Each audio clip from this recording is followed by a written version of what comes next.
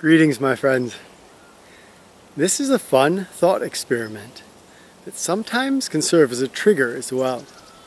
Trigger videos are really fun because they have that potential to all of a sudden snap something in your mind where a whole bunch of these things make sense. My name is Kenton Whitman, and I believe in you.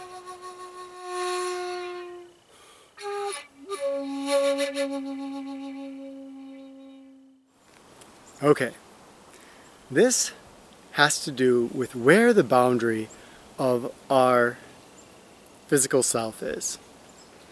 And the purpose of this thought experiment is that it has the practical application of helping us to feel less isolated in the world.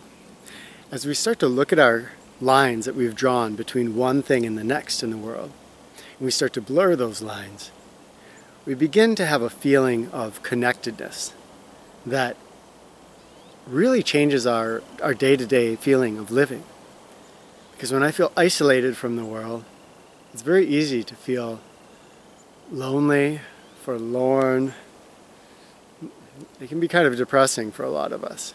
When I feel interconnected with everything, my feelings of compassion, of togetherness, of caring, these things, they all grow and blossom inside of us. This thought experiment is fairly simple. It just asks us to think about the air that we breathe. Now, when in our regular mindset, when we think about the air, we think, here I am, I'm a physical body. Seems very, very clear to my mind. I'm a physical body, and the air is something that comes into my physical body and out of my physical body, but it is not me. It is not an essential part of me. It is just like fuel for a car. It's not the car itself. Now, the reason this is fun to examine is because if the air actually was a part of me, if there's no separation between me and the air, then that would mean that through this air, I'm connected with you. Not just connected, but maybe even one thing. There's the question. Am I this air? Again, my regular mind has a ready answer. Absolutely not. And in the argument that my mind wants to pose is that there's a difference between an object and the things that that object needs in order to function. But if we step back for a moment, we can see it's kind of a strange idea to posit that an object is different than these things that are essential for it to function. Without air, of course, I would not remain Kenton for very long at all. Within 10 minutes, everything would be gone. My entire brain function, the Kentonness would be dissipated. So it needs the air, but still my mind says, here's the object, it needs this, but they're two separate things. The question comes down to if there is something that this object needs in order to be, then can we meaningfully talk about that thing as being separate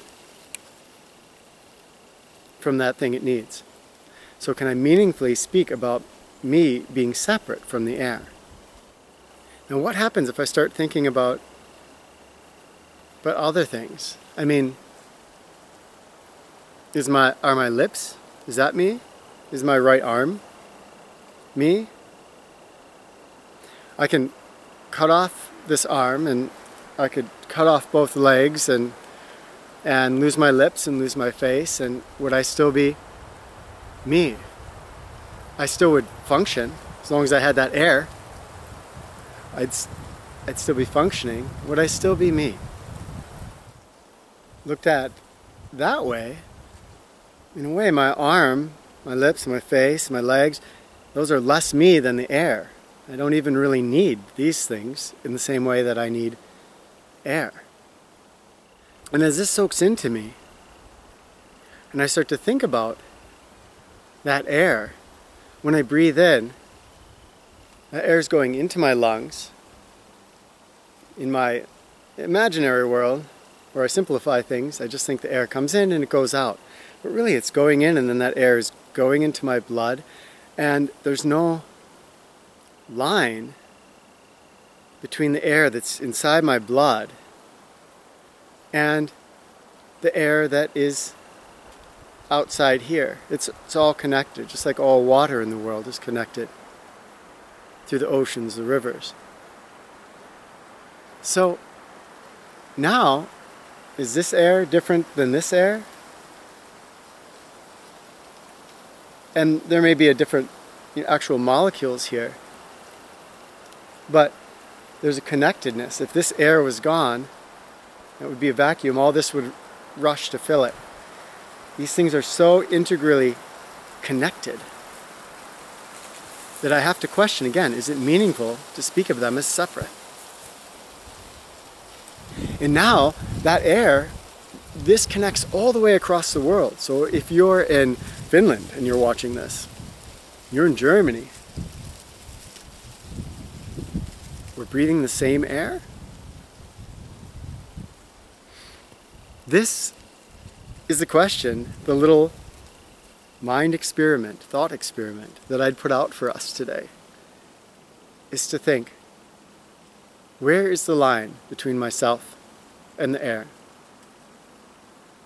And can we really draw a meaningful line?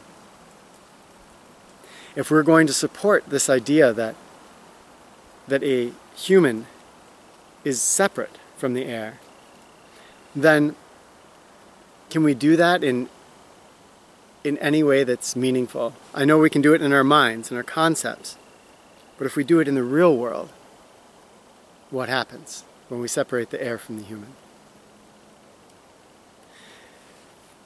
With these thought experiments, there's no right or wrong answers. They're meant just to take your mind on an exploration.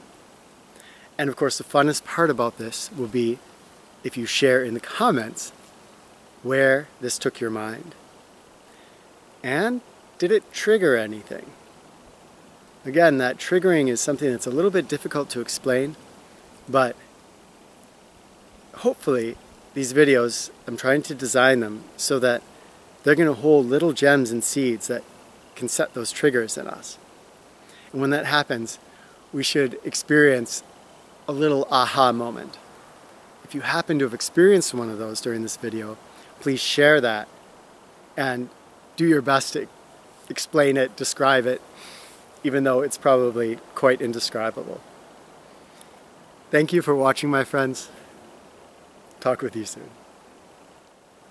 As you know, this new channel, these new videos, these have come into being because of all the patrons that are standing beside me and helping me to make these videos.